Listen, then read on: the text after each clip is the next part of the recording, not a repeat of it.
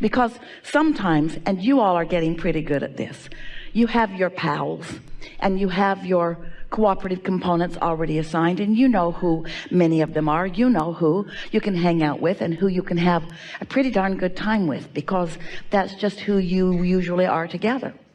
But we don't want you to be dependent upon any conditions for how you feel in the moment. We want you to get out ahead of it so that the conditions of your moment are responding to the vibration that you have chosen, rather than you waiting until it's extra hard and then trying to segment and tend around the reaction that you're having to something.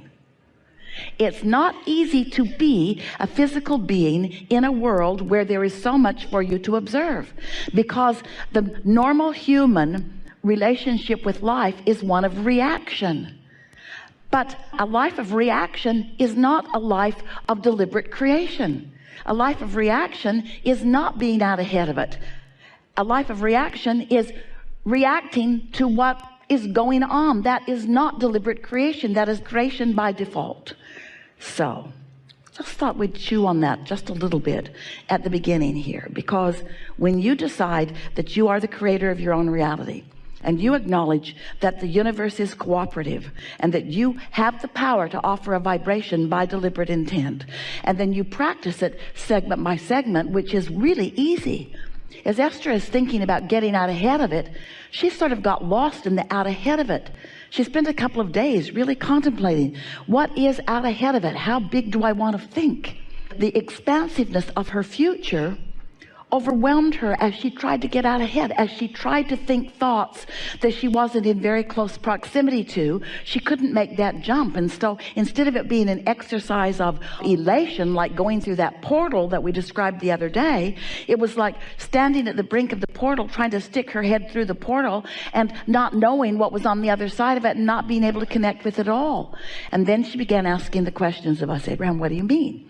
What exactly do you mean by getting out ahead of it? And we said, we mean only this simple thing. Don't react to life, plan it. That's all. Well, how far ahead can you plan? Well, in some cases, you planned being on this cruise quite a while ago, didn't you? Esther's pretty good at that. In other words, she picks dates and puts them on the calendar and knows you'll show up.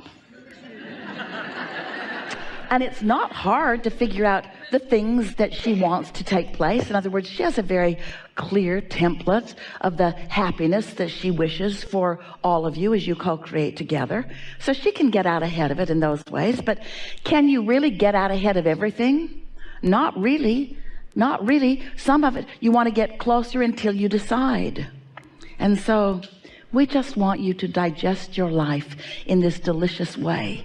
We want you to feel appreciative and thankful for what you've been doing in really general terms, and not get too detailed about why anything is or isn't happening right now. But from where you are, if you could just accept along with us the perfection of where you stand right now, and then just softly intend for the things that you would most like to experience in as best as you can figure out what the next segment of your experience is, you will discover a cooperative universe unlike anything that you've experienced on a consistent basis before. And before you know it, you will feel your directing, your soft, gentle, expectant directing of all things working out for you. Now, they always are. But when they work out as you have asked them to work out, ooh, that's when life begins to feel extra fun to you, you see. Observation can be nice. Reacting can be nice if the conditions are such.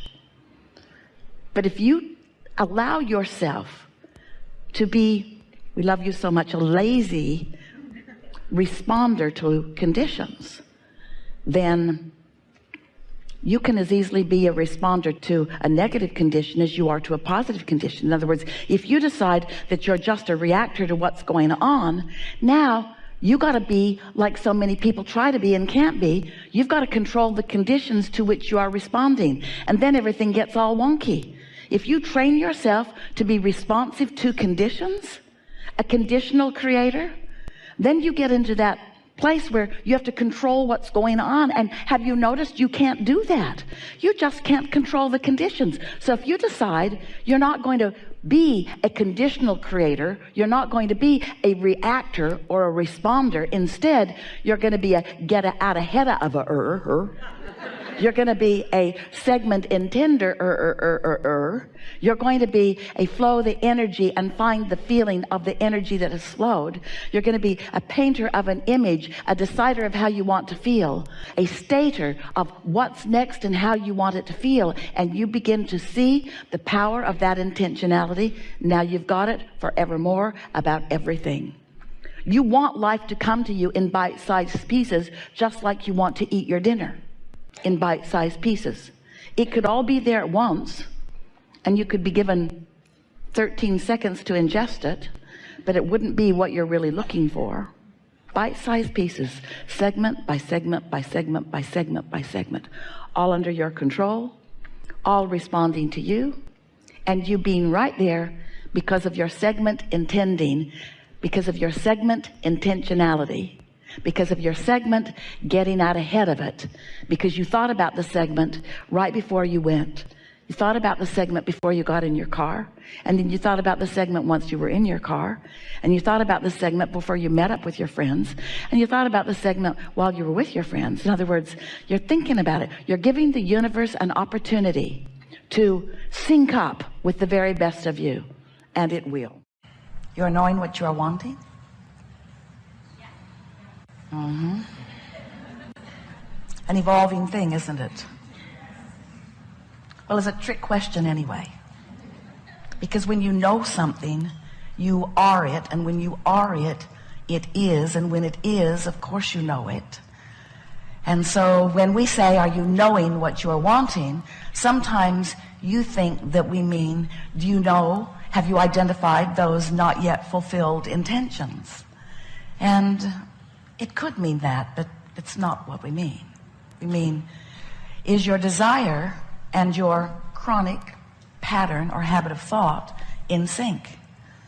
Because, oh, what a nice place to be that is, when you want something, and even though it has not yet filled in with all of the delicious manifested details, still, you know it.